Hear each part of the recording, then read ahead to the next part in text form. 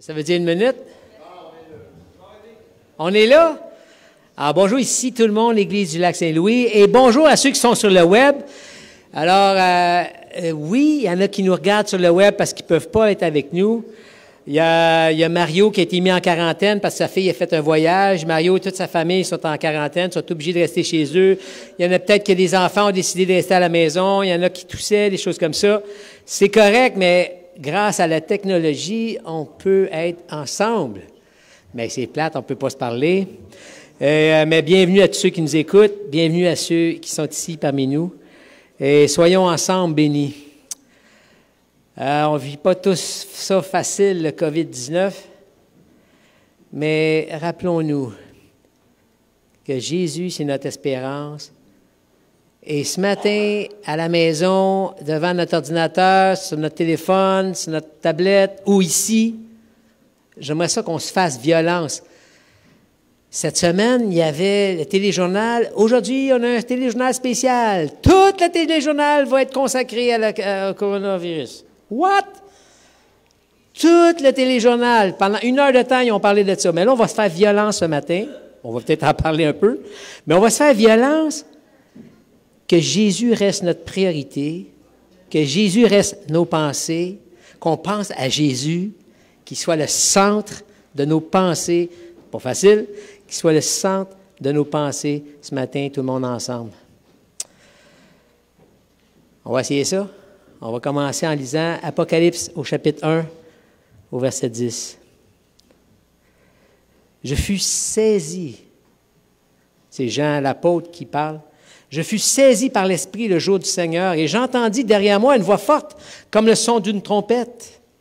Et au verset 12, je me retournai pour savoir quelle était la voix qui me parlait. M'étant donc retourné, je vis 7 chandeliers d'or. Et au milieu des chandeliers, quelqu'un qui ressemblait à un fils d'homme. Il était habillé d'une longue robe et portait une écharpe en or sur la poitrine. Au verset 16, et son visage était comme le soleil lorsqu'il brille de toute sa force. Quand je le vis, je tombai à ses pieds comme mort. Il posa alors sa main droite sur moi en me disant, « N'aie pas peur, je suis le premier et le dernier, le vivant. » Et à la fin du verset 20, ça dit, les 7 chandeliers, les 7 chandeliers sont les 7 églises. Et au verset 13, il disait que Jésus, il se disait lui-même au milieu des chandeliers. Jésus est au milieu de son église. Jésus est au milieu. Lui, il est là. Alors qu'on soit avec lui ce matin, qu'il devienne le centre de nos pensées, le centre de notre Église. Lui, le Tout-Puissant, le Vivant, le Glorieux, qui est au centre. Et ce matin, reconnaissons sa centralité sur nous ensemble dans nos vies. Reconnaissons sa centralité sur nos vies personnelles aussi. Gardons nos pensées en lui. Notre temps pour lui, ensemble. Faisons-nous violence, c'est pas facile. On se lève?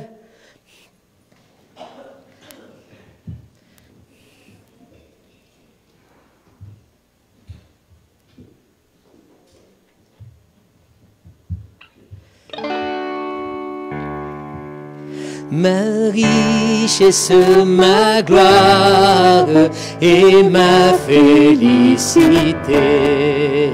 Oh Jésus, c'est de croire que tu m'as racheté, rempli de confiance en toi, divin Sauveur. Je vis dans l'espérance et je marche sans peur. Rien ne te laisse rien ne guérit le cœur, sinon les meurtrissures et le sang du Sauveur. Oui, Jésus seul nous lave de toute iniquité et procure à l'esclave l'heureuse liberté. Oh, que toute la terre apporte à son Sauveur. C'est chez sa misère, il fait grâce aux pécheurs.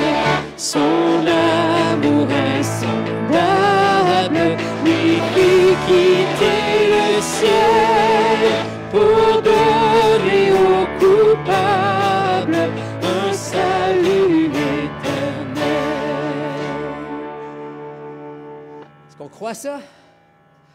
Toute notre chant, ma richesse, ma gloire, c'est de croire que Jésus m'a racheté. Et dans le prochain chant, on va chanter « Nous te couronnons, Jésus ». Mais ce n'est pas comme si Jésus n'était pas couronné. Jésus est déjà couronné. Mais quand on va chanter ça, c'est juste qu'on veut lui dire « Jésus, on te couronne ». On reconnaît qu'il est notre roi. On reconnaît qu'il est le roi sur l'Église. On reconnaît qu'il est le roi sur nos vies. On reconnaît que c'est lui le centre de nos vies.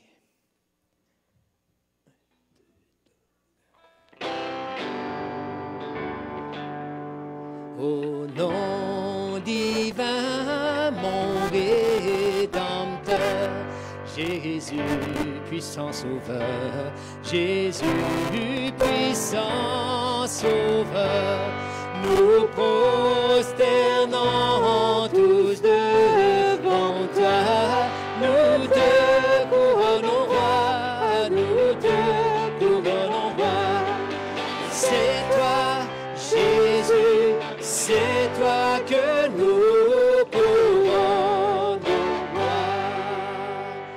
Avec les anges dans les cieux, les martyrs glorieux, les martyrs glorieux, qui jadis ont souffert pour toi, nous te couronnons roi, nous te couronnons roi. C'est toi, Jésus, et c'est toi que nous couronnons roi.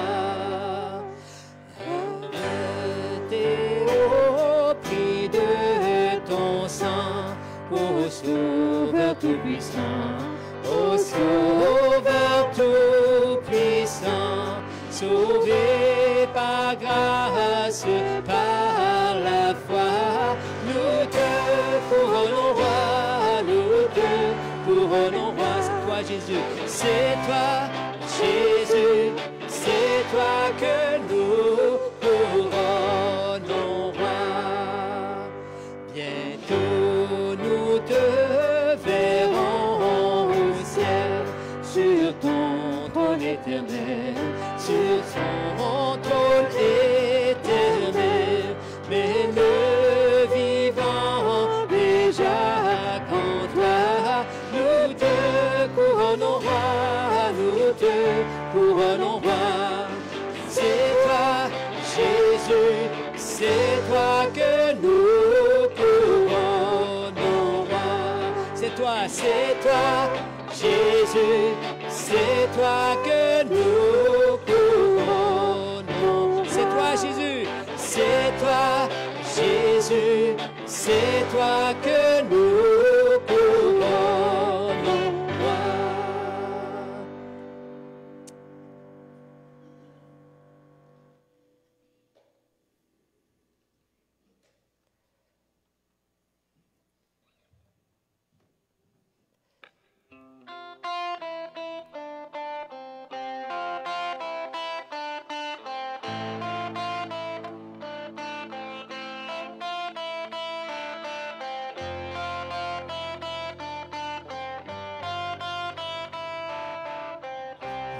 Seul est mon espérance, sa justice est mon assurance. Il est devant Dieu mon appui, je n'en veux point d'autre que lui. Comment ça? Point d'autre que lui, Christ seul. En Christ seul est mon espérance, sa justice est mon assurance. Il est devant Dieu mon appui,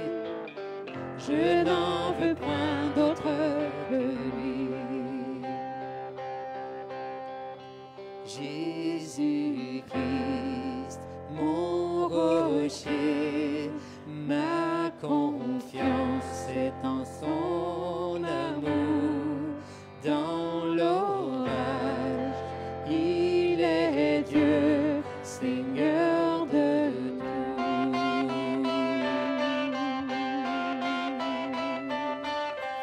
Lorsque sur moi s'abat sa croix ranime mon courage. Quand tout faiblit autour de moi, sa présence soutient ma foi. Ah, sa présence soutient ma foi. Jésus-Christ, mon rocher, ma confiance est en son amour. Dans l'orage, il est Dieu, Seigneur de tout.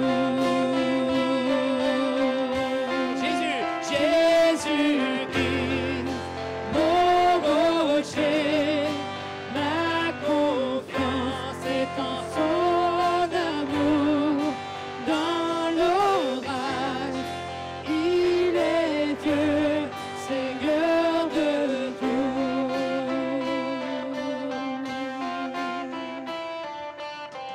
Quand il reviendra nous sauver, en lui pour toute l'éternité, revêtu de sainte justice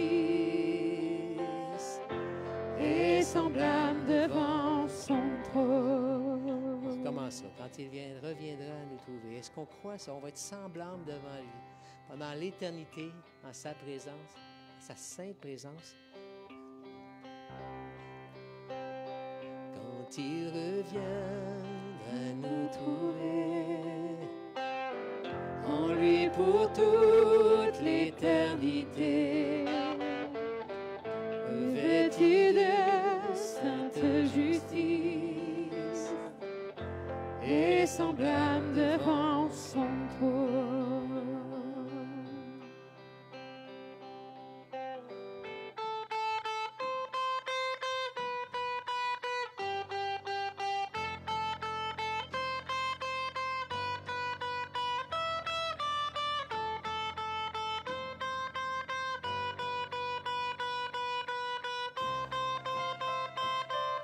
Jésus-Christ, mon rocher, Jésus-Christ, mon rocher, ma confiance en ton amour. Dans l'orage, tu es Dieu, Seigneur de tout. Jésus-Christ, oh Jésus-Christ, mon rocher, en ton amour. Dans l'orage, tu es Dieu, Seigneur de tout. Jésus-Christ, oh Jésus-Christ, mon rocher, ma confiance est en ton amour. Dans l'orage, tu es Dieu, Seigneur de tout.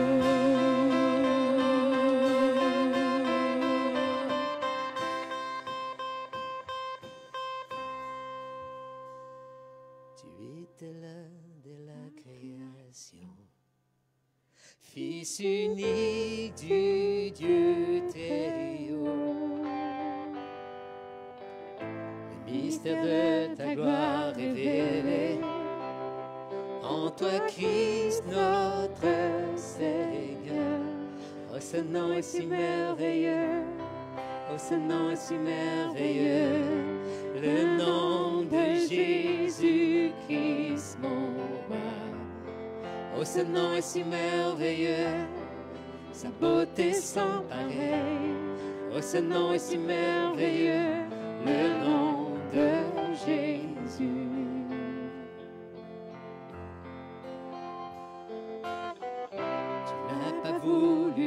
cieux sans nous.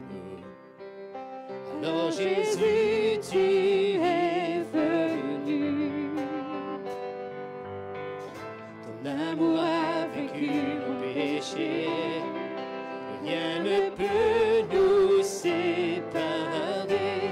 Oh, ce nom est si glorieux. Oh, ce nom est si glorieux. Le nom de Jésus-Christ, mon roi. Oh, ce nom est si glorieux. Sa beauté sans pareil. Oh, ce nom est si glorieux. Le nom de Jésus. Oh, ce nom est si glorieux. Le nom de Jésus.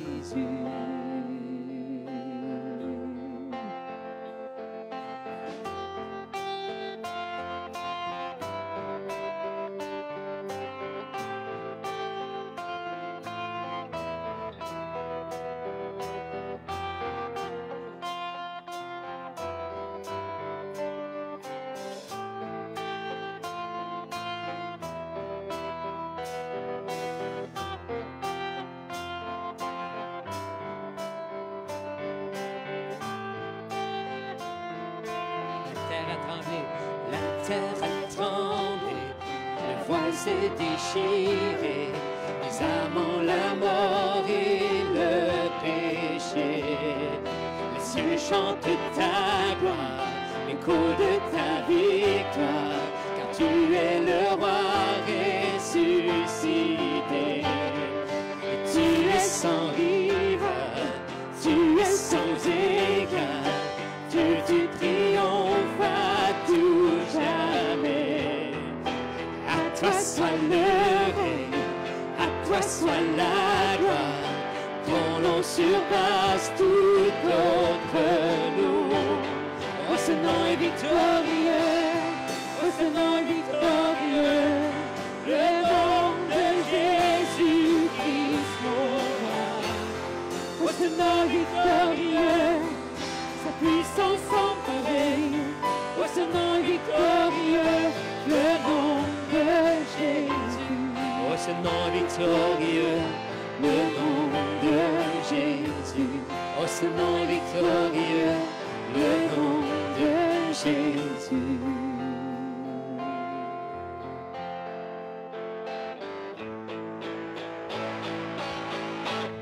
Oh, ce nom victorieux, oh, ce nom victorieux, le nom de Jésus-Christ, mon roi. Oh, ce nom victorieux, sa puissance sans pareil. Oh, ce nom victorieux, le nom de Jésus. Oh, ce nom victorieux, le nom de Jésus. Oh, ce nom victorieux, le nom de Jésus.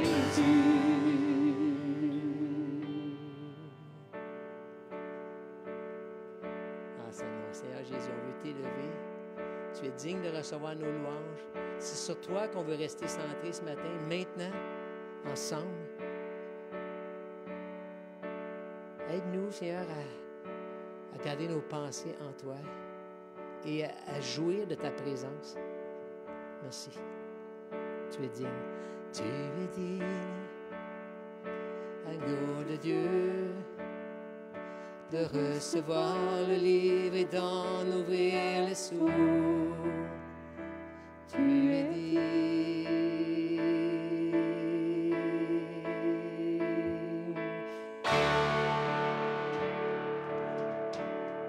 Tu es digne. Tu es digne, agneau de Dieu, immolé et sacrifié, vivant et tout-puissant. Tu es digne.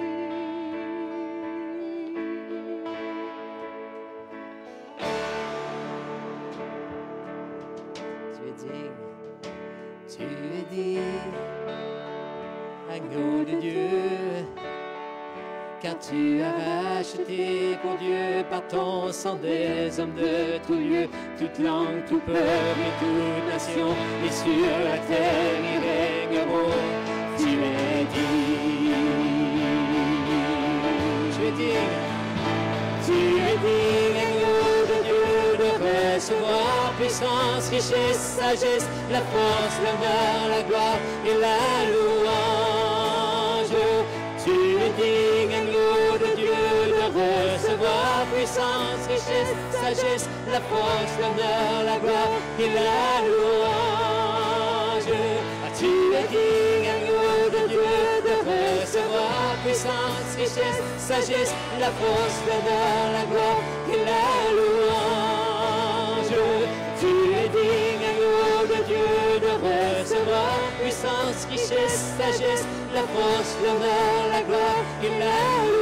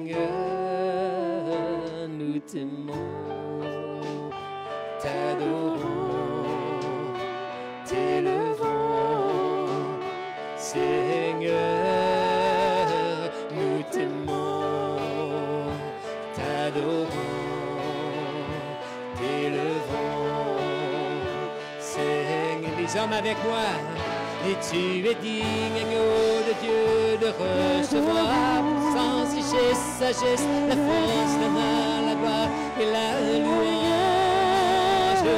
Tu es digne, agneau de Dieu, de recevoir puissance, richesse, sagesse, la force, l'honneur, la gloire et la louange. Oh, tu es digne, agneau de Dieu, de recevoir puissance, richesse, sagesse, la force, l'honneur, la gloire et la louange. Oh, tu es digne, agneau de Dieu, de recevoir puissance, richesse, sagesse, la force, l'honneur, la gloire et la louange.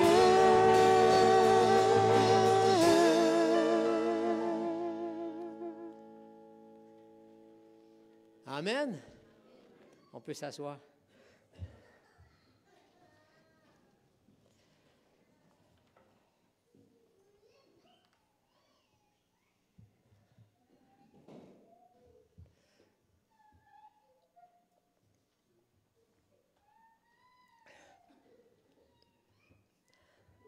Pas facile que Jésus soit toujours le centre, hein? Mais et c'est vraiment un combat, mais c'est correct. Mais on vit toutes sortes de choses et Satan a vu nous éloigner de mettre Jésus central dans nos vies, mais on a le privilège de le vivre ensemble. Et pour l'instant, toutes les activités de l'Église sont maintenues, sauf le café Koinonia. C'est bon? S'il y a des changements qui auront lieu, ça vous êtes averti soit par Facebook, soit sur la page web de l'Église, soit par courriel ou soit par téléphone. La page web, c'est églisedulac-saint-louis.org. www.églisedulac-saint-louis.org. La pouponnière en mode libre service ce matin. Je regarde, il n'y a pas trop de tout petits. Il y a des classes, comme d'habitude, des classes d'école du dimanche. Merci pour les personnes qui prennent la place et qui remplacent Mario et Patricia. Merci beaucoup. On ne sait pas si ça va avoir lieu, mais avant ça. Ouais, avant ça. Nathalie. Bon, Nathalie, tu te reprends là, cette semaine, c'est ça? Viens-t'en, mais touche pas à mon micro. Oui, mais c'est ça, parle comme ça.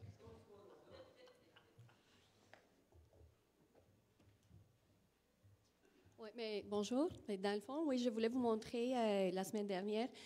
J'ai reçu un rapport, ce que ça a donné les ramassages de boîtes. des boîtes de Noël l'année dernière, puis je voulais partager avec vous parce que c'est quand même des chiffres que c'est beau à regarder. Ils sont ramassés l'année dernière 10 569 10 millions, excuse-moi, 10 509 405 boîtes. 490 000 sont ramassés au Canada et puis sont distribués dans 118 pays. Donc, de 27 villes et territoires qui ont été des accès difficiles, qui sont dangereux pour les gens qui dans les boîtes. Fait que vous pouvez voir ici un peu c'est quoi les pays. Dans le Pacifique, d'Amérique du Sud, Amérique centrale, en Europe, en Afrique, 4 millions de boîtes, en Asie, puis dans d'autres pays aussi, que vous pouvez voir un peu. Sur les sites de la Bourse des Bons Samaritains, ils ont posté oh, attendez un peu. Oui, un peu de comment ça s'est passé le ramassage. C'était vraiment avec beaucoup de bénévoles, des gens qui ont aidé pour que ça se rende aux endroits qui voulaient toucher les gens. Puis je voulais vous montrer par la suite 2 témoignages. C'est une petite fille qui s'appelle Queen. Elle habite en Afrique. Puis dans sa boîte, il a reçu plein de choses, mais il y a une chose qui l'a marqué vraiment, c'est une brosse à dents. Parce qu'il n'avait jamais eu une brosse à dents dans sa vie, fait qu'il était vraiment content. Puis grâce à ça, sa famille, il a commencé à fréquenter l'église parce que à chaque fois qu'il rentre une boîte à un enfant, il y a un livret aussi qui vient avec, qui parle de Jésus. Fait que elle, il était comme vraiment courageuse, puis il a encouragé sa famille à travers la boîte de se rejoindre à l'église. Puis elle veut devenir professeure d'école de dimanche un jour.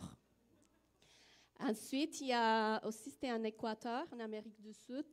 Il y a plein d'enfants qui ont reçu. Il y a un coin qui est vraiment éloigné, il n'y a pas d'église. Alors, il y a une madame qui s'appelle Fleur qui accueille des enfants chez elle.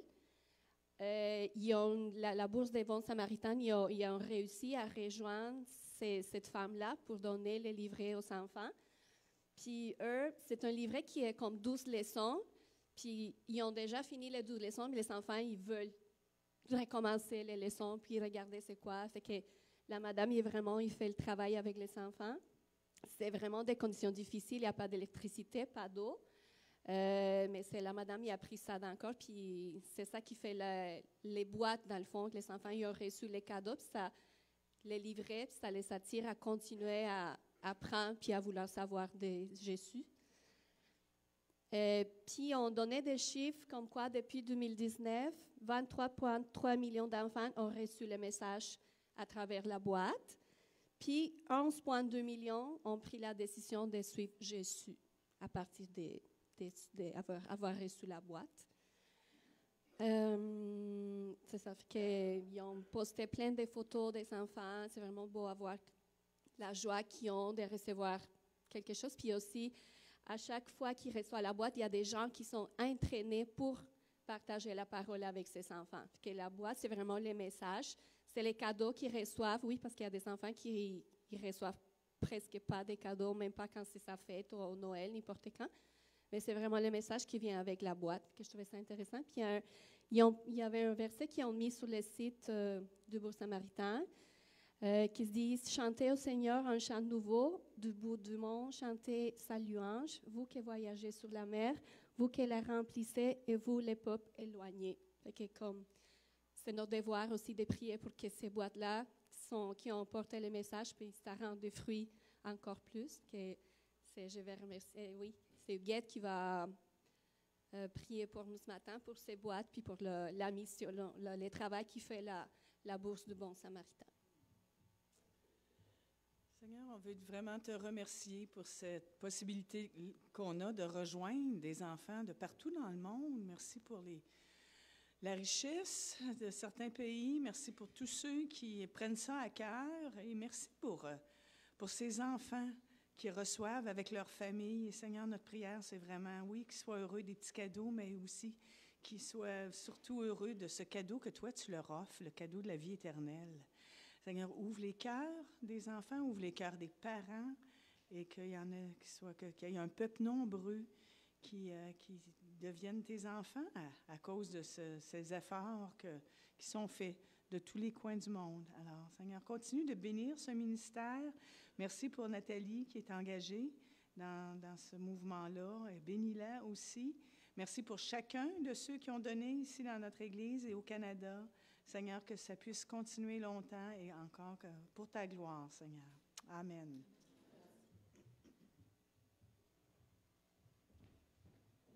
Alors, ceux qui sont à la maison, qui regardent sur le web, je veux vous entendre applaudir. On dit merci beaucoup. On dit merci, Nathalie. On dit, wow, merci Seigneur. Gloire à toi, Seigneur. Wow. 4 millions. Ouais. Est-ce que le Seigneur touche encore des cœurs par ça? Wow, merci beaucoup. Et bientôt, ça sera Pâques. Et l'Église d'Espoir, on vous l'a annoncé la semaine passée, on vous l'annonce encore, on ne sait pas si ça va avoir lieu.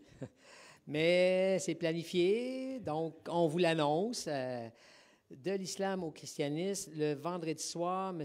Hicham, qui lui va donner son témoignage. Lui, c'est un homme qui a découvert Jésus-Christ quand il a passé toute son enfance dans les enseignements du prophète Mahomet. Et donc, c'est le vendredi soir à l'Église Espoir à 7 heures. Et le lendemain, le samedi, un temps spécial d'évangélisation ensemble. Donc, Hicham va être avec nous. C'est pas l'évangélisation, c'est de la formation, de l'enseignement. Il va être avec nous. La semaine passée, on avait dit à 10 heures, mais ça va être à 1h30, de 1h30 à 5 heures. C'est ça qui est marqué? C'est bon, on ne le voit pas, c'est marqué dans le coin. C'est beau. Donc, de 1h30 à 5 heures, réservé le samedi 11 avril, ensemble ici à l'Église. M. Hicham, Dieu voulant, sera avec nous pour nous former une conférence sur l'évangélisation des musulmans. C'est bon. Le samedi 18 avril, ça c'est une semaine après, les enfants, il va y avoir la fête formidable de Pâques. Donc, c'est le temps qu'on pouvait avoir.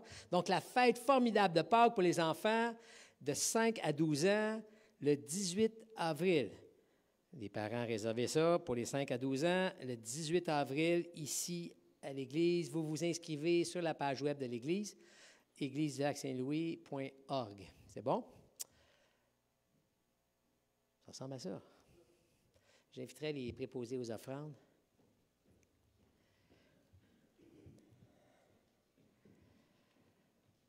Parce que Jésus est le centre de nos vies, parce qu'on veut que Jésus soit le centre de plusieurs autres vies. On va donner. Donnons. Parce que Jésus est le centre de nos vies et parce qu'on veut que d'autres vivent que Jésus est le centre de leur vie. Donnons, sachant que quand Jésus est au centre d'une vie, toute la vie est chamboulée, toute la vie est transformée et pour l'éternité, ça vaut la peine de donner. On a un impact éternel quand on donne au Seigneur. Alors, pendant on va chanter un chant, et pendant qu'on va donner, Seigneur, je sais, viens remplir ma vie. Viens remplir ma vie. On peut y aller.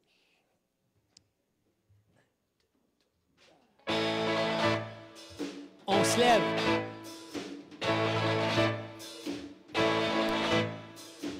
Seigneur, je sais que tu es là, l'Esprit Saint inonde mon cœur et remplir ma vie. L'amour, la grâce coule sur moi. Seigneur, j'ai soif de ta présence et remplir ma vie.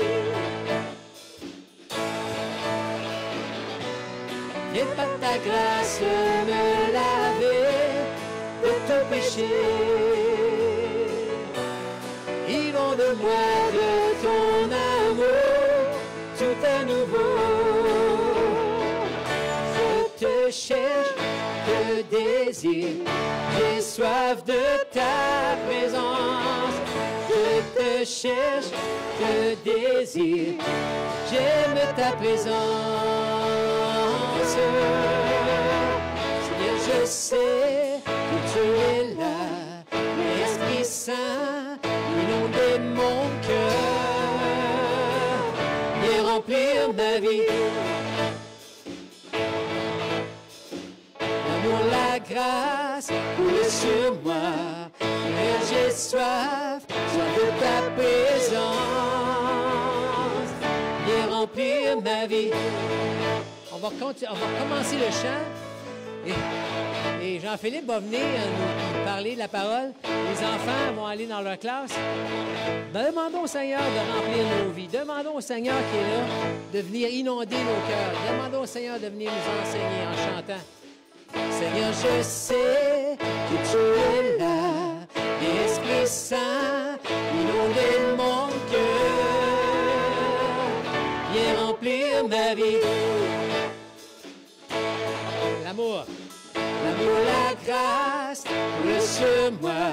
Seigneur, j'ai soif, soif de ta présence. Viens remplir ma vie. Viens par ta grâce, Seigneur. Viens par ta grâce me laver de ton péché. Inonde-moi de ton amour, tout à nouveau. Je te cherche, je désire, j'ai soif de ta présence. Je te cherche, je désire, j'aime ta présence. Oui, Seigneur, je sais que tu es là. Seigneur, je sais que tu es là. Esprit Saint, inonde mon cœur. Viens remplir ma vie. L'amour, la grâce, coule sur moi. Seigneur, j'ai soif, soif de ta présence. Viens remplir ma vie. Viens remplir ma vie. Viens remplir ma vie. Viens remplir ma vie. Amen. Alors, j'inviterai les professeurs de l'école du dimanche à aller dans vos classes, les enfants à aller les rejoindre. Et Jean-Philippe, viens nous partager ce que le Seigneur a mis sur ton cœur.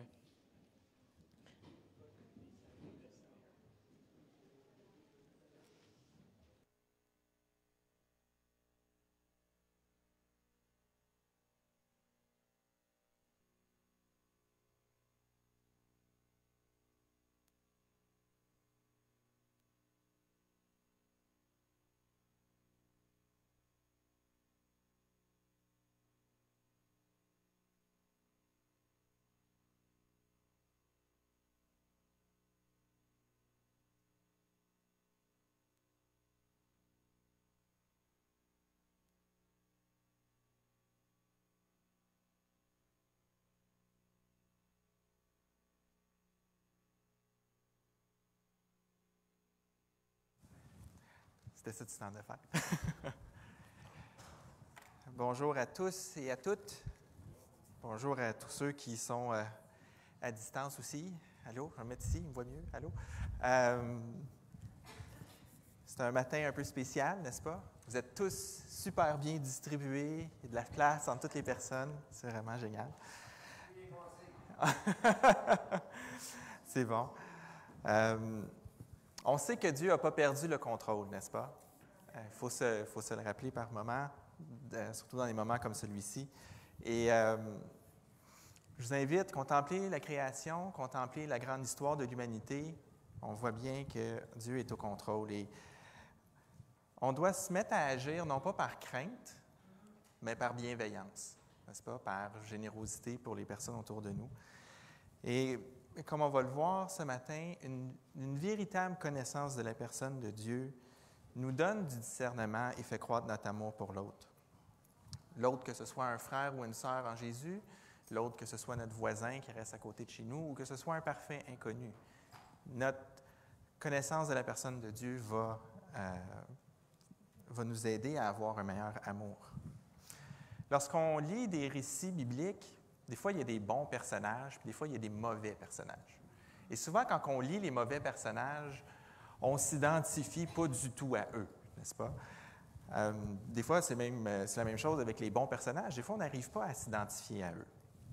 Par exemple, lorsqu'on lit les évangiles et qu'on voit les pharisiens poser des questions louches à Jésus, lui tendre des pièges, mépriser ses disciples, mépriser lui-même, on a vraiment une tendance à les juger rapidement, puis à se dire que nous, voyons, jamais on aurait fait quelque chose comme ça.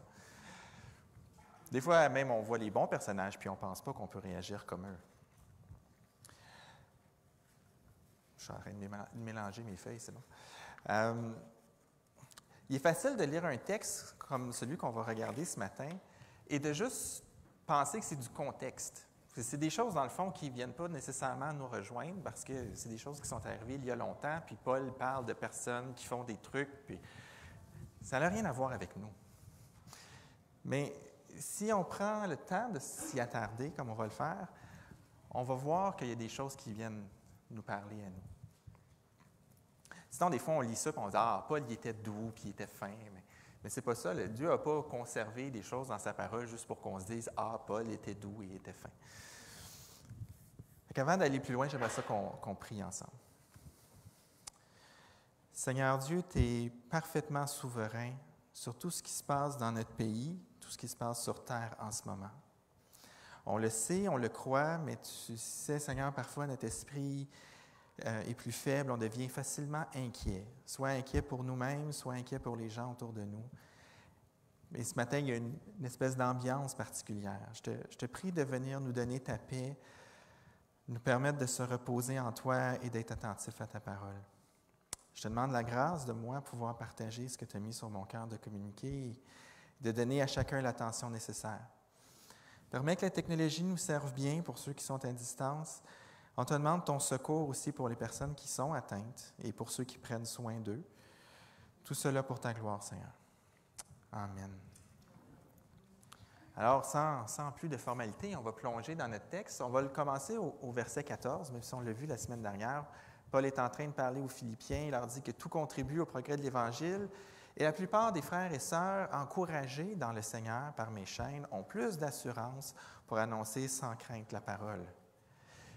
Certains, il est vrai, proclament Christ par jalousie, avec un esprit de rivalité, mais d'autres le proclament avec de bonnes intentions.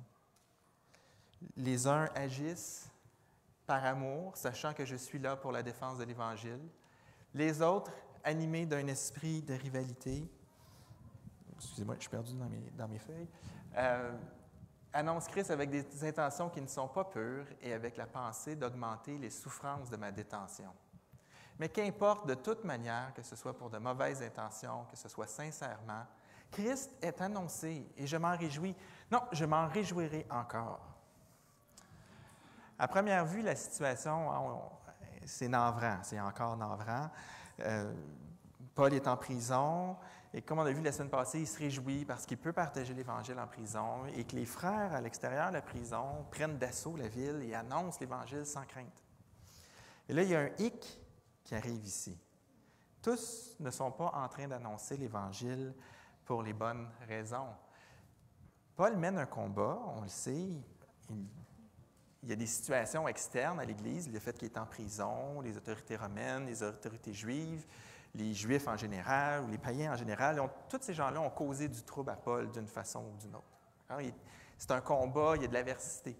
Mais ici, on découvre que même à l'intérieur de l'Église, on dirait que les mauvaises intentions charnelles de certaines personnes, les chrétiens, on n'est pas complètement régénérés, on a encore des manifestations de la chair. On dirait que ça vient se jeter dans l'arène aussi pour faire le combat avec Paul. Et Paul lui-même peut vivre du découragement. Ça aussi, c'est quelque chose avec quoi il combat. Paul parle de deux groupes. Et on dirait que les Philippiens ont l'air d'être déjà un peu au courant. Juste la façon de comment Paul écrit, il vient de dire « Ah, les gens dans la ville annoncent l'Évangile avec plein de zèle, c'est merveilleux. » Certains, il est vrai, annoncent l'Évangile avec de mauvaises intentions. On dirait que Paul confirme quelque chose que les Philippiens savaient probablement déjà. Et ça devait être reconnaissable, ça devait être visible. Certains font ceci, les autres font cela, les uns font ceci, les autres font cela.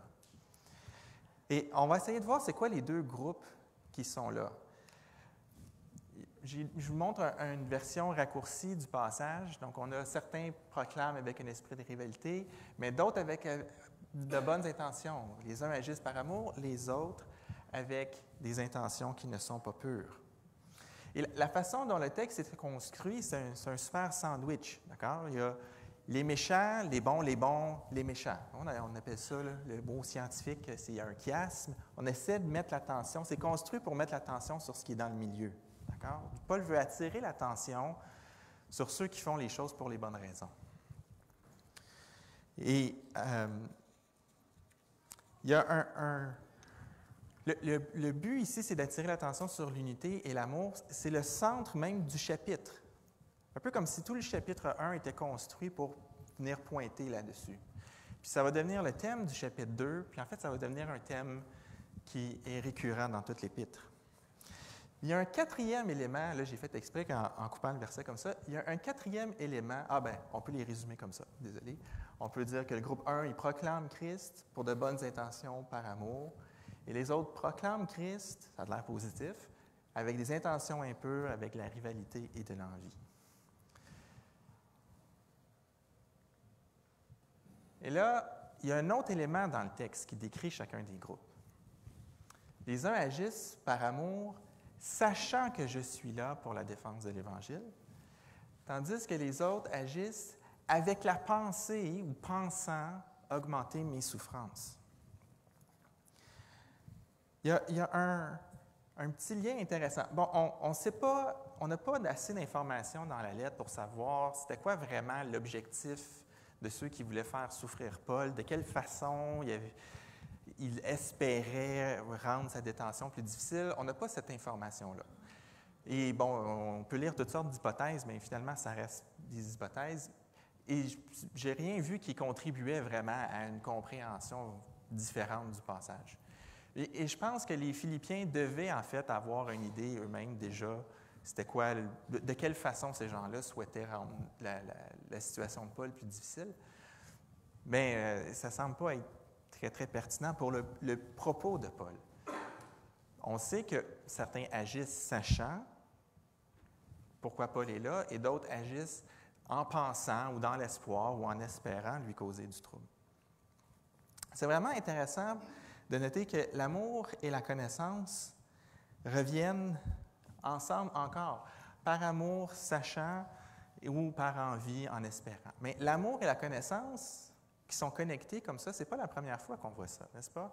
Versets 9 et 10, Paul priait pour les Philippiens, puis il dit qu'il demande que leur amour augmente de plus en plus en connaissance et en pleine intelligence ou en plein discernement. Les frères de Rome, qui sont en train de faire les choses pour les bonnes raisons, connaissent Dieu. D'accord? Eux, on peut avoir une idée, probablement le raisonnement qui se passe dans leur tête. Eux, ils connaissent Dieu, ils sont capables de discerner que Dieu permet que Paul soit en prison pour défendre l'Évangile. Et cela leur permet d'aimer Paul, parce qu'ils sont capables de discerner qu'est-ce qui est en train de se passer. Ils sont capables d'aimer Paul et de se dire, bon, bien là, Paul ne peut pas servir de proclamateur de l'Évangile, comme il a l'habitude de le faire, parce que là, il est physiquement pris en prison. Là. Mais il est là pour la cause de l'Évangile. Donc, moi, je suis capable de proclamer l'Évangile. Je vais y aller, je vais y aller dans la ville, je vais aller annoncer l'Évangile. Sûrement que Paul, quand il va entendre ça en prison, ça va l'encourager. Ça ne doit pas être facile pour lui d'être là. Ils comprennent que Paul, normalement, c'est quelqu'un qui travaille à répandre l'Évangile. Là, ils discernent que Dieu permet qu'il soit en prison pour la cause de l'Évangile. Mais moi, je vais aller prendre la place. Je vais épauler Paul dans son travail. Ils sont capables de discerner que ce n'est pas que Paul est désapprouvé par Dieu puis qu'il est mis à l'écart, mais de considérer qu'il peut prendre un rôle différent. On n'est pas tous appelés au même rôle, à la même fonction par rapport à l'Évangile. On est tous appelés à être des témoins, on est tous appelés à partager l'Évangile aux gens autour de nous. Et certains vont être appelés à avoir des ministères plus précis, plus particuliers, défendre l'Évangile, défendre le droit de la liberté religieuse, défendre le droit d'enseigner ce qu'on veut à nos enfants, défendre... Il y a toutes sortes de combats comme ça qui sont donnés à certaines personnes. On peut arriver à discerner ça. On n'a pas tous nécessairement à être toujours en train de monter aux barricades. Dieu va désigner des personnes selon sa volonté pour ça.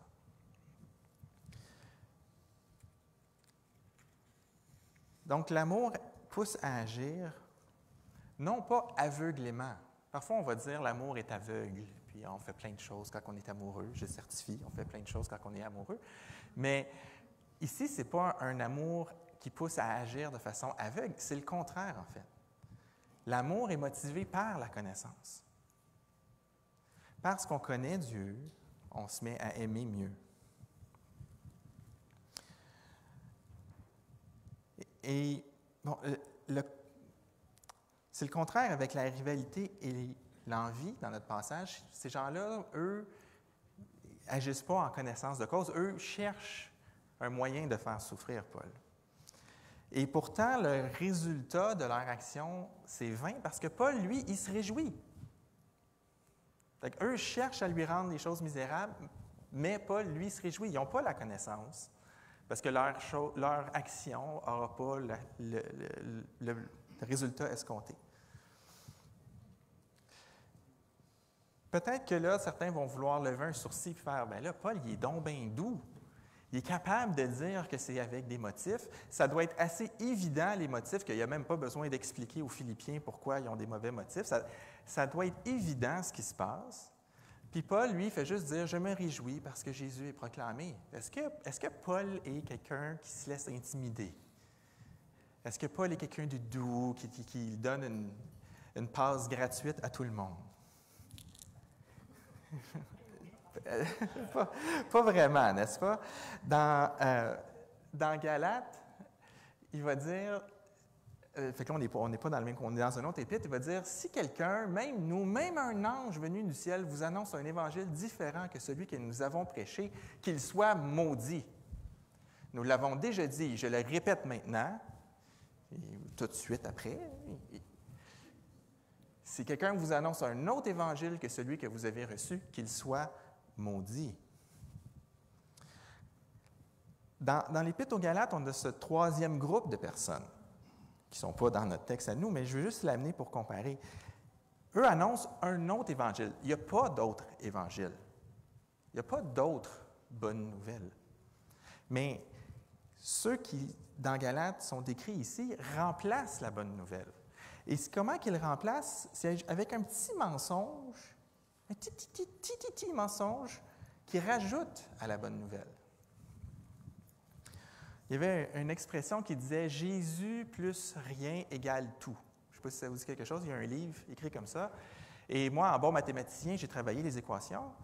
Fait que Jésus plus rien égale tout.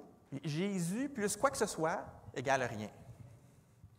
Ça ne marche pas avec l'infini, là, normalement. Là, mais l'infini moins 1, c'est toujours l'infini. Mais là, ici, c'est pas ça. Si vous rajoutez quoi que ce soit à la bonne nouvelle, vous venez de détruire la bonne nouvelle. Et dans le cas précis de Galates, c'était la circoncision. Les judaïsants voulaient insister, « Ah oui, tu es une personne d'origine païenne, tu te convertis à Jésus, c'est bien, il faut que tu passes par la circoncision, sinon ton salut ne marche pas. » C'est juste ce petit détail-là. Ça prenait Jésus plus.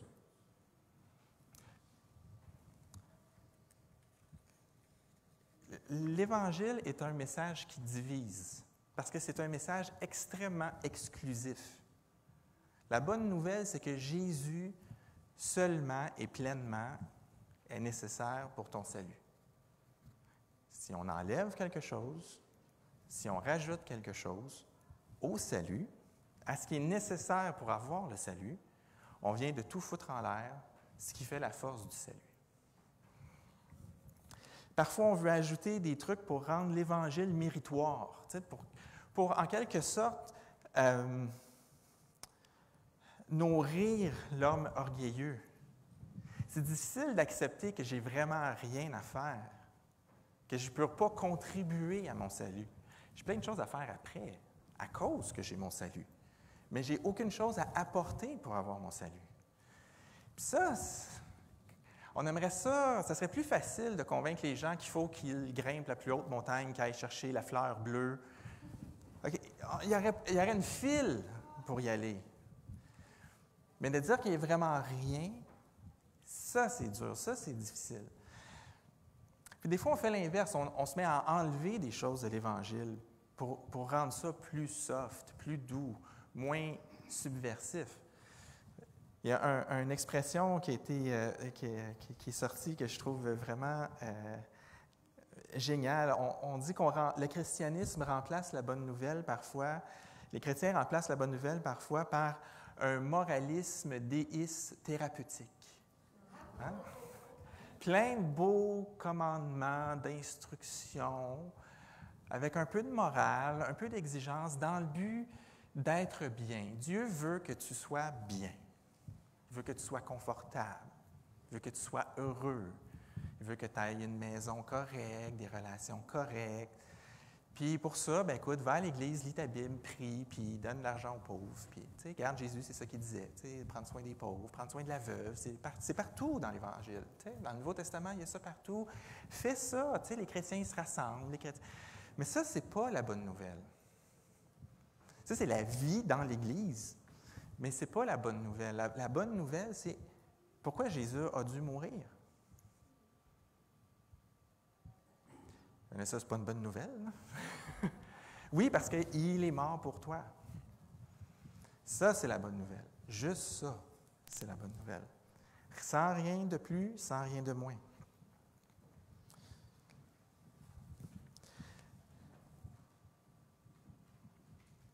Clairement, si on annonce que le sacrifice de Jésus n'est pas lui-même pleinement suffisant pour sauver celui qui met sa confiance en ce Jésus, mort, ressuscité, exalté pour le pardon des péchés, eh bien, on n'est pas en train d'annoncer Jésus. Et Paul n'appellerait pas ça « proclamer Christ ». Dans notre texte, « proclamer Christ », ça veut dire annoncer la bonne nouvelle. Et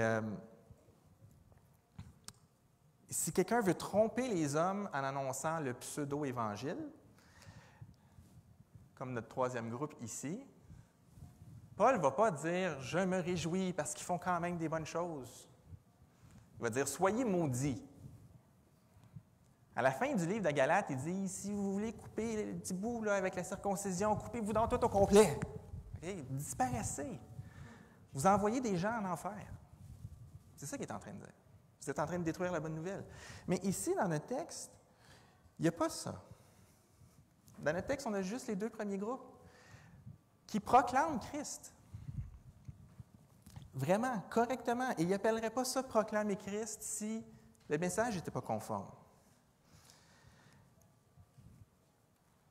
Il n'y a pas de demi-mesure. Paul, il ne va pas avec la dos de la main morte, là, ou il ne va pas avec la cuillère. Okay? On mélange toutes les expressions.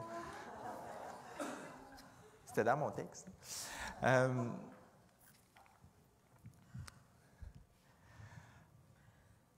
Les motivations du groupe qui proclame correctement Christ, mais avec des raisons douteuses, restent parfaitement inacceptables. Okay? On peut se réjouir du fruit que ça va donner, mais ça reste que ce n'est pas quelque chose d'acceptable. Et quand on va voir Philippiens 2, verset 3, il va dire qu'il ne faut pas faire ça. Okay? Il faut remplacer l'esprit de rivalité par l'amour, comme les autres frères de Rome.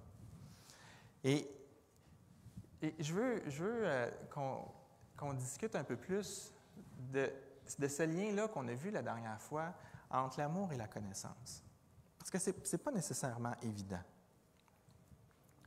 Lorsqu'on a regardé ce passage-là, on a vu l'amour qui est ici, c'est l'amour les uns envers les autres. Faire juste un petit rappel. Et la connaissance qui est là fait référence à une connaissance profonde de la personne de Dieu et de son œuvre.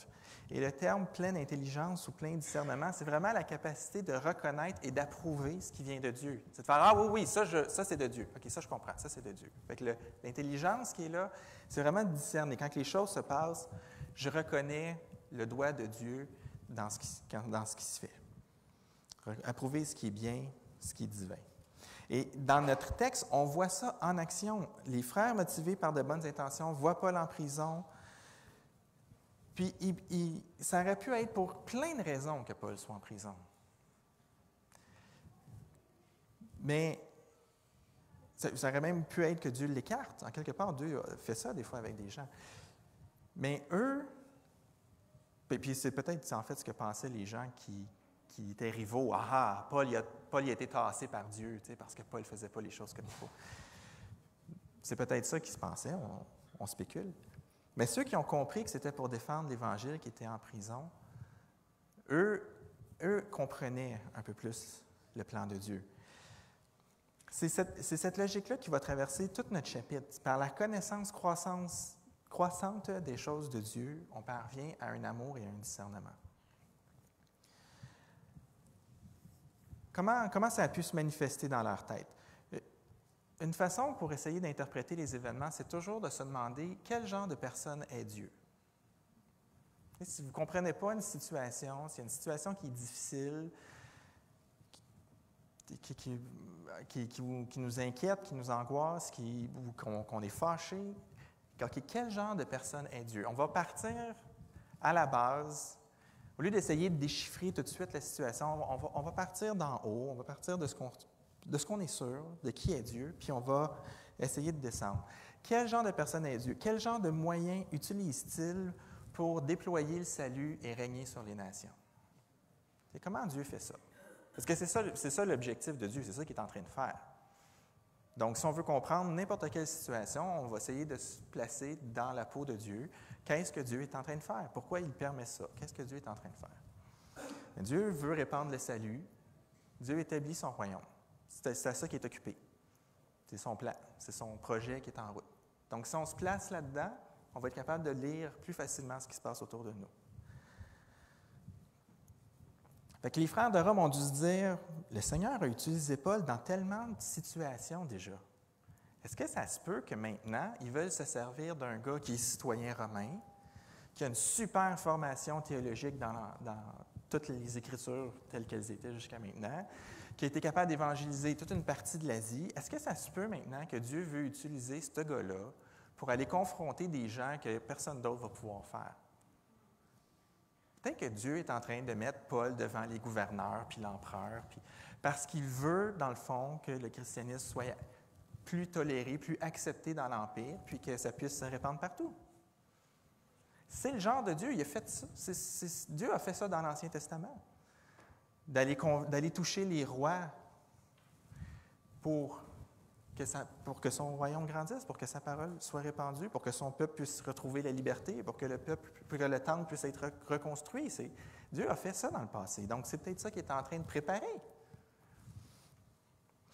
Donc, si Dieu est en train de faire ça, ça vaut la peine. Et puis, wow, Paul, il est encore consacré à l'Évangile, même s'il est en prison. C'est pas un gars désespéré, ça. C'est un gars qui a les yeux rivés sur son but. Quelle foi, ce gars-là! Wow, moi, je veux appuyer quelqu'un comme ça. Moi, je veux participer. C'est clair que ce gars-là, il est dans le champ de Dieu. Bien, moi aussi, je vais faire ça. Moi aussi, je vais prendre la part que là, il ne peut plus prendre parce que Dieu l'a placé dans un autre rôle. Bien là, moi, j'y vais, je me lève, puis j'y vais. Dieu me permet de le faire. Je suis capable d'annoncer l'Évangile. Et si les gens savent que Paul est en prison pour défendre l'Évangile, puis là, il me voit, moi, en train d'annoncer l'Évangile, c'est sûr que ça va se savoir, c'est sûr que ça va encourager Paul. OK, go! Moi, j'y vais. Il va voir que Dieu ne l'a pas abandonné. Tout cela part, vous comprenez que ça, ce n'est pas dans les Écritures, mais on peut imaginer que c'est la réflexion. Tout cela part de qui est Dieu, comment je comprends Dieu, comment je comprends ce qu'il est en train de faire. Bien connaître de mieux en mieux va nous pousser à aimer ceux qui vivent toutes sortes de situations autour de nous. M. Carson a dit quelque chose que j'ai trouvé brillant. Il dit « C'est très difficile pour un chrétien d'évoluer juste dans une sphère de sa vie. Moi, je vais lire ma Bible, mais je ne vais pas travailler à ma sainteté. Ah, moi, je vais améliorer ma vie de prière, mais je ne vais pas aller à l'Église. Ah, moi, je vais aller à l'Église, mais je ne vais pas vraiment essayer d'aimer mes frères et sœurs. » C'est incongru, juste de le dire comme ça, c'est incongru. Je sais que parfois, on rencontre des gens qui connaissent plein de choses sur Dieu, puis qui ont des vies complètement déréglées. Mais c'est très différent de connaître des choses sur Dieu que de connaître Dieu. Et si je vous donne mon curriculum vitae, puis que je vous raconte plein d'anecdotes, comme ma sœur a fait il y a quelques temps, sur moi petit, vous allez connaître des choses sur moi. Mais ça va être très, très différent comme connaissance que si vous passez 1 heure avec moi.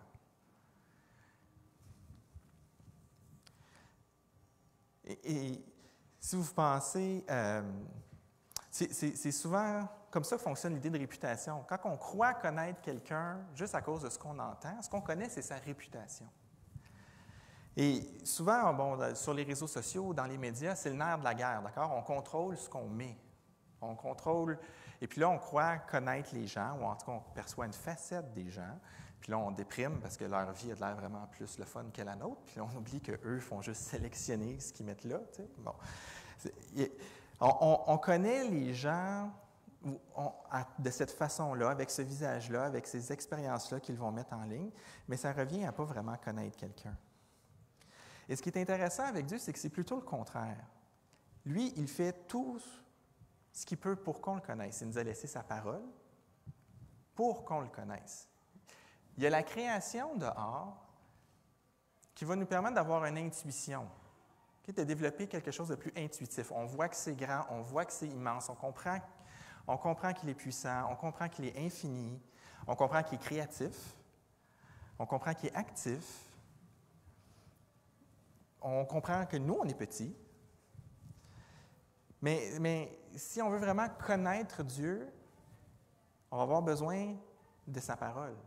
Là où il donne spécifiquement des choses pour qu'on ait la vraie information. Puis, on a le Saint-Esprit qui habite en nous, qui nous enseigne. Hein? Jean 16, 13 veut dire ça, que le Saint-Esprit est là pour nous enseigner toutes choses à propos de Jésus.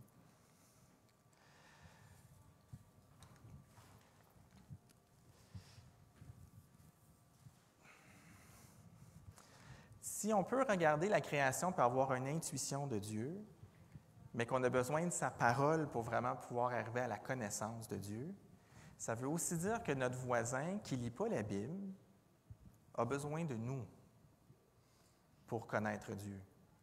Parce qu'on va peut-être être la seule Bible qu'il va lire, comme on dit parfois.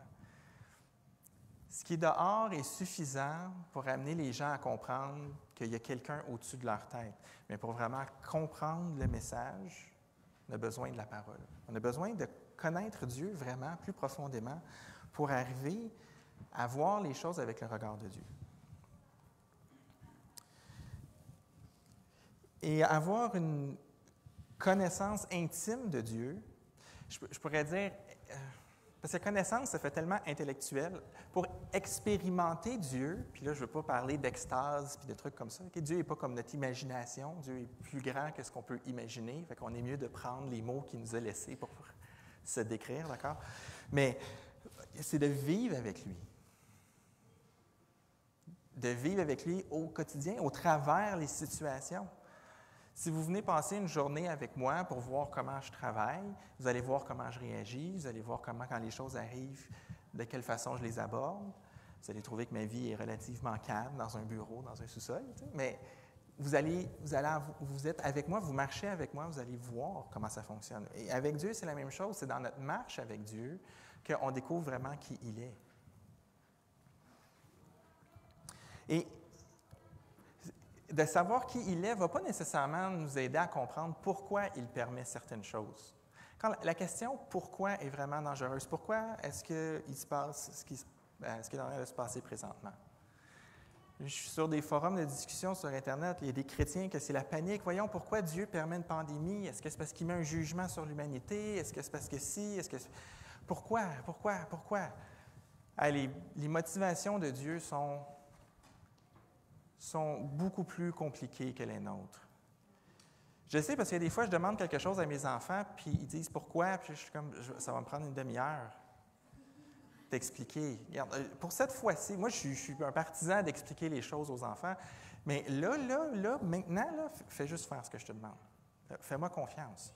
Et là, ce que papa a dans la tête, c'est trop long. C'est trop long. Okay? Vas-y. Puis des fois, nous, on est pris dans cette situation-là. Seigneur, pourquoi? Surtout quand ça vient nous chercher personnellement ou des gens qu'on aime. Pourquoi? Mais cette question-là, c'est rare qu'on ait la réponse. La bonne question, c'est comment? Comment maintenant, Seigneur, étant donné ces situations-là, tu veux que je fonctionne? Comment maintenant je peux aimer mon frère ou ma sœur? Comment maintenant je peux te servir? Comment maintenant je vais juste survivre jusqu'à demain matin? Comment, Seigneur? Ça, c'est la meilleure question parce que ça, le Seigneur donne des outils pour ça.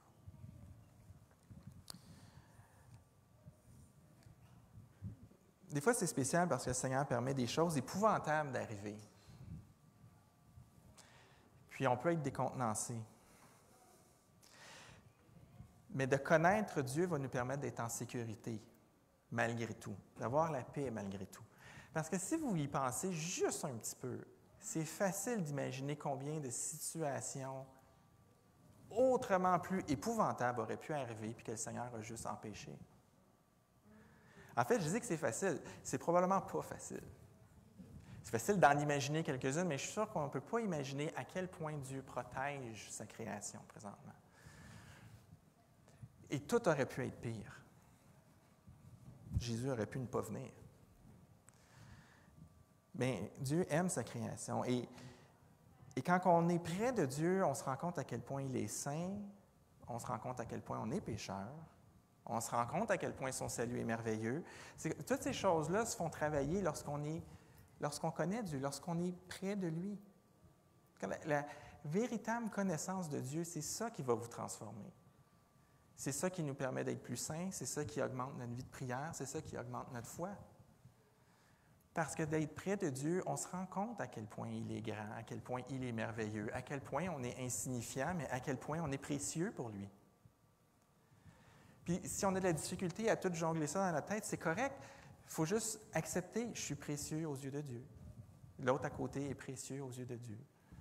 Dieu m'a aimé de cette façon-là, Dieu me demande d'aimer de cette façon-là. C'est que lorsqu'on le connaît, qu'on devient capable d'aimer.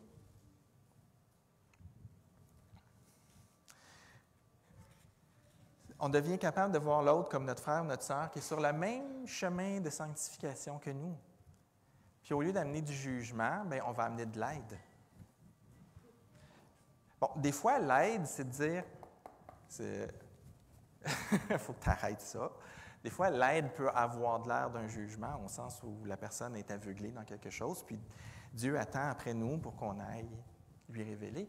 Mais lorsqu'on y va en sachant que nous aussi, on a des angles morts dans notre vie, que nous aussi, on a encore des péchés, que nous aussi, on va avoir besoin de l'aide de quelqu'un.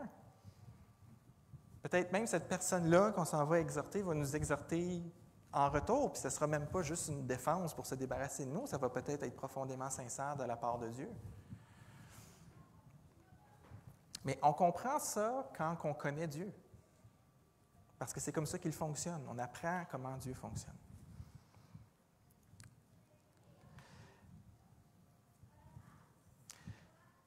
Il va arriver des fois qu'on va être en présence de gens qui font des choses différemment de nous. Ou qui font même des choses avec des mauvais motifs, comme les autres gens de Philippe. Et on va avoir besoin de discernement pour savoir, est-ce que cette personne est en train de faire un compromis avec l'Évangile? Puis là, il faut vraiment qu'on se détache. Ou est-ce que cette personne-là, elle n'a pas des bonnes intentions? Des fois, c'est qu'elle n'a pas une bonne doctrine. Des fois, c'est vraiment qu'elle a une vie épouvantable, mais elle proclame vraiment l'Évangile. Là, on peut se réjouir. Ça va prendre du discernement pour savoir où est-ce qu'on est. D'accord? Dans le monde évangélique, il y a toutes sortes de dénominations. Il y a des pentecôtistes, il y a des personnes charismatiques, il y a des anglicans, il y a toutes sortes de courants de pensée plus ou moins près de nous en termes d'ensemble de doctrines. La question, c'est toujours, est-ce que ces gens-là proclament vraiment l'Évangile? Là, après ça, on peut s'obstiner sur un paquet de trucs autour. On peut ne pas être d'accord avec plein de choses, avec des gros morceaux même, mais qui n'ont rien à voir avec le salut. Et si Paul est capable de reconnaître que des gens proclament Christ, même s'il lui veut du mal, on devrait être capable d'arriver à travailler pour l'Évangile avec ces personnes-là. Maintenant, si ces personnes-là commencent à faire des compromis sur l'Évangile, elle est là, la limite. Aux États-Unis, maintenant, il y a le mouvement Gospel Coalition, avec des presbytériens, des baptistes, des réformés, des pentecôtistes, des gens qui n'ont pas d'étiquette, des gens qui ont toutes sortes d'étiquettes longues comme le bras, parce qu'ils revendiquent des choses particulières dans leur doctrine. Bien, à un moment donné, ces gens-là se sont assis et se sont dit, écoutez, aux États-Unis, l'Évangile recule. Qu'est-ce qu'on fait? On continue à se chamailler dans notre coin ou on accepte de se concentrer sur ce qui nous unit, proclamer vraiment l'Évangile, le salut par la croix, par grâce, par la foi, puis on laisse tomber ce qui est auxiliaire. Mais ils laissent tomber des grosses choses.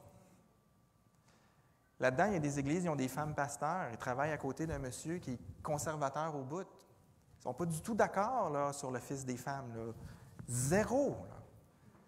Ils sont assis sur le même panel puis ils sont en train de proclamer l'Évangile à une foule.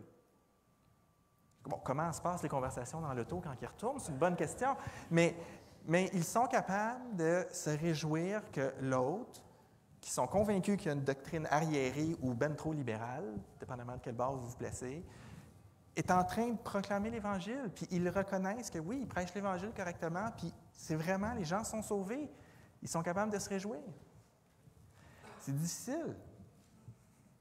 Puis imaginez, ici, Paul a des gens qui lui en veulent personnellement, puis il est quand même capable de se réjouir parce que l'Évangile est proclamé comme il faut. Mais Paul connaît Dieu. Alors, il est capable de reconnaître, il est capable de discerner dans les choses qu'est-ce qui est vraiment important. Des fois, les non-croyants autour de nous ne connaissent pas Dieu, évidemment, puis ils vont dire toutes sortes de choses comme s'ils le savaient. Là. Et puis, ils ne le connaissent pas parce que c'est juste en esprit qu'on peut connaître Dieu, en vérité. Puis là, nous, on est confrontés au travail avec le collègue qui nous plante tout le temps. T'sais, il nous amène toujours sur le sujet de la religion là, d'une façon X ou Y. Là, puis il y a toujours une espèce d'argument, puis on ne sait pas quoi répondre. On a de l'air épais, puis là, on se dit qu'est-ce qu'on va faire? Puis on cherche comment on va y répondre, parce que là, tout d'un coup, c'est peut-être plus tant l'Évangile que notre amour-propre qui commence à être mis en jeu. On devient avec de la rivalité. L'autre devient notre rival parce que là, c'est sa réputation de gars qui est capable d'en mettre plein la vue, puis moi, ma réputation de gars qui se fait toujours avoir. Là, c'est ça qui devient en jeu. C'est plus l'Évangile. Là, on se met à agir par rivalité. Peut-être qu'on va continuer à proclamer l'Évangile, mais on commence à agir par rivalité. Connaissons Dieu. Dieu va se manifester. On peut prier, Seigneur, regarde, au secours. Là, je sens que je suis en train de défendre mon orgueil au lieu de défendre ton nom, mais en même temps, je ne sais vraiment pas comment me défendre. Montre-moi.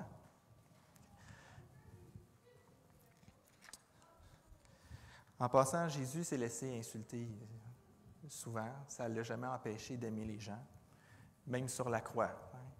Il était quand même capable de demander au Père de pardonner ceux qui étaient en avant. On fait ça quand on est conscient de c'est quoi l'œuvre que Dieu est en train d'essayer de faire. Okay? Ça peut être vraiment difficile.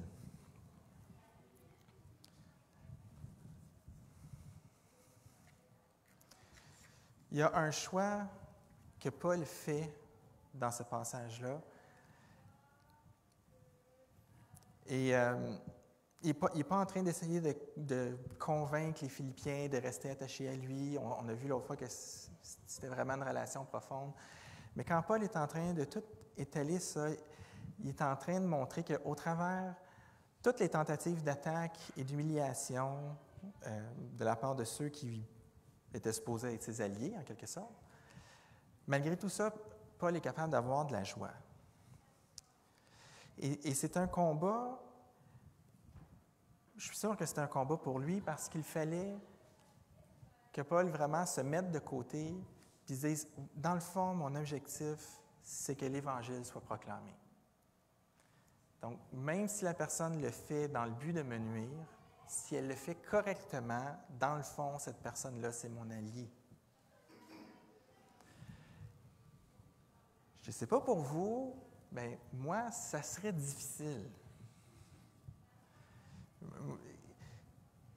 C'est comme, OK, oui. Des fois, c'est des idées qui sont concurrentes. Moi, je pense qu'on devrait prendre telle méthode. Toi, tu penses qu'on devrait prendre telle méthode. Puis là, on essaie les méthodes. Puis je me rends compte que la tienne marche mieux. Bon, OK, je vais me rallier.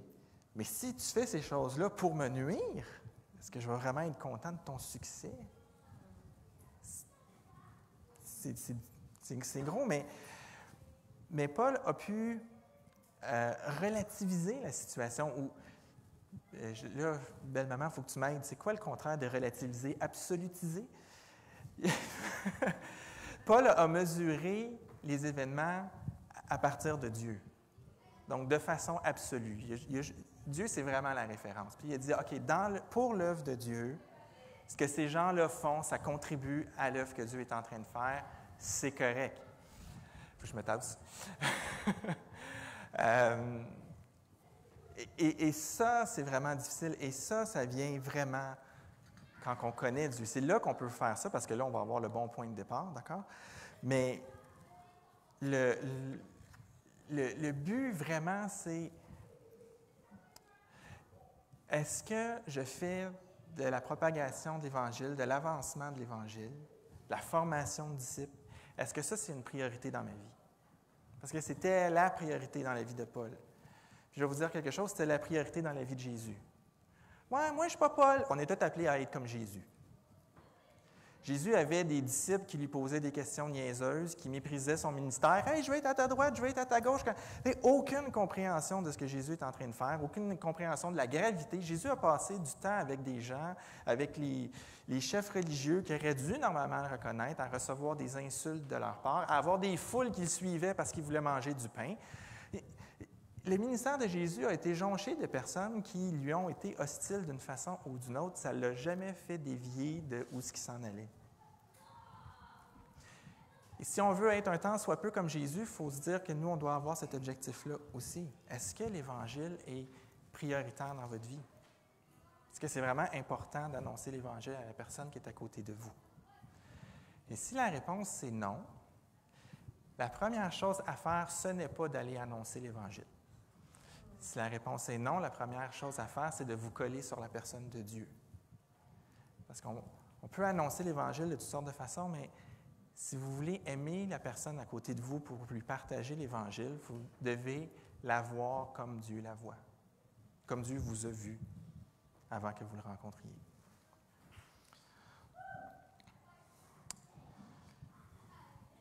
On est appelé à faire de la propagation de l'Évangile notre aspiration première, parce que c'est celle de notre Maître.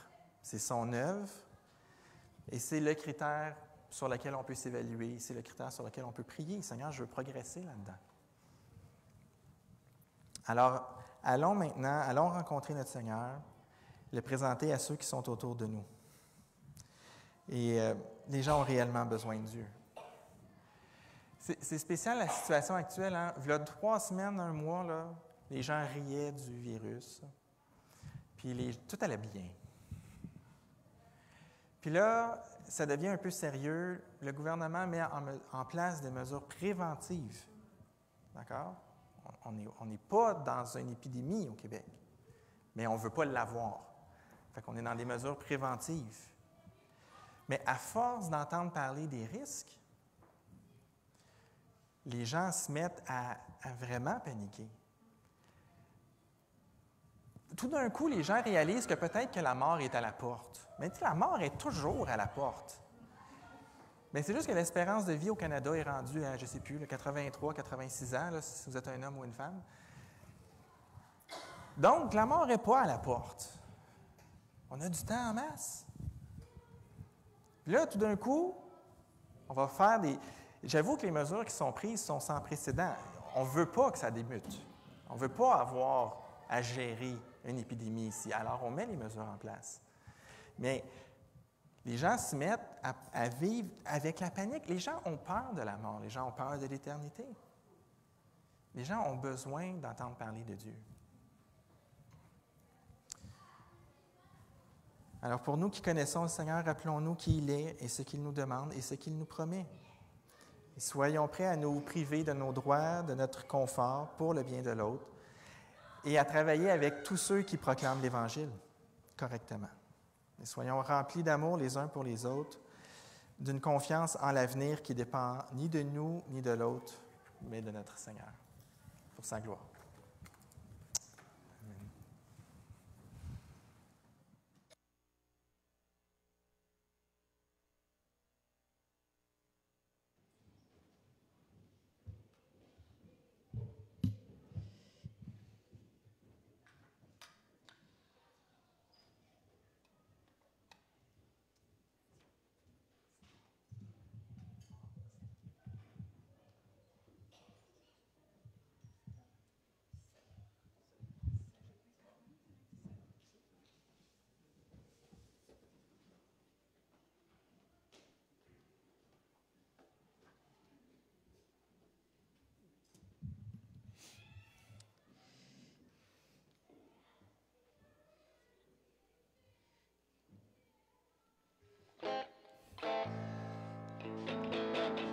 On va se lever.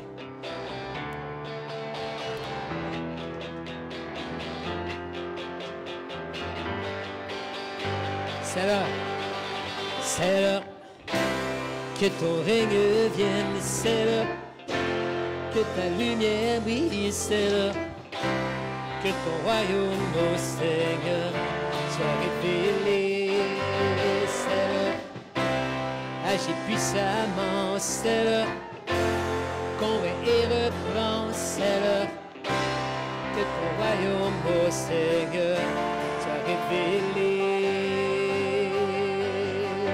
Dans ces jours difficiles où les cœurs sont refroidis, dans ces jours de santé, l'histoire de Jésus ébloui, dans la puissance de l'Esprit, nous nous offrons avec joie, nous proclamons ta parole, ô Dieu, la puissance de la croix.